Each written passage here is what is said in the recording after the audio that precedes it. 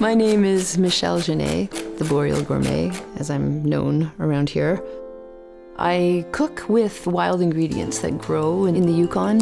That's really what I like to do. I like to cook with wild, local foods. When I was a young woman, 24, I went traveling. I went to Greece and fell in love with it. And for the first time, really learned how to cook. And I learned to cook with the wild ingredients that were available locally, because that's what everybody did. The really important thing for me was wild food that we gathered or fished ourselves.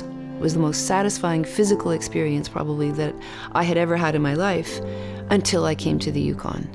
And when I got to the Yukon, I discovered the same culture, the same interest in the wild foods that were available all around us. The ancient First Nations culture, but also a newcomer culture where everybody went out into the woods in the fall and picked berries. My style of cooking now is to work with a wild ingredient at the basis of every recipe, and then build in techniques from other cultures, ingredients from other cultures. We are all influenced by our travels and by the other people that we cook with or that we hunt with or fish with. And we borrow from each other, and we've come up with a cuisine that I think is uniquely northern.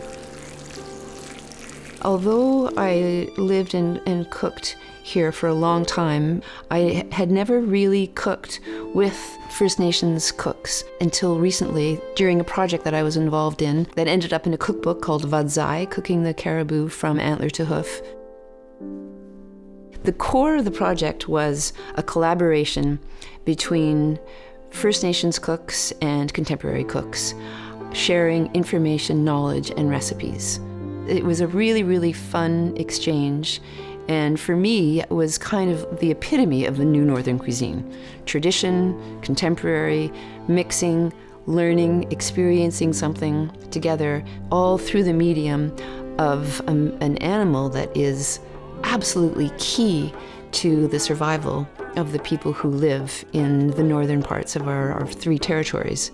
That was really thrilling.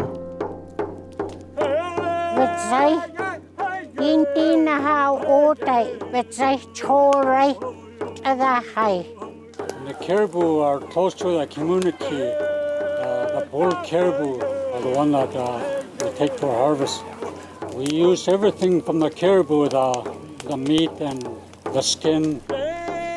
I think collaborations between different kinds of cooks, between First Nations cooks and contemporary cooks who come from different traditions, are really important because they bring us together in an environment over food, which we all share a love of. To make the real jitsu, after you pound your meat up really fine, you melt your grease and you form them into little like meatballs. If you're a visitor, you will be able to eat wild fish, and you'll be able to eat lots of different dishes that have been flavored with wild herbs. Those ingredients are beginning to show up on restaurant menus, and that's the wildness that you should be looking for if you're a visitor.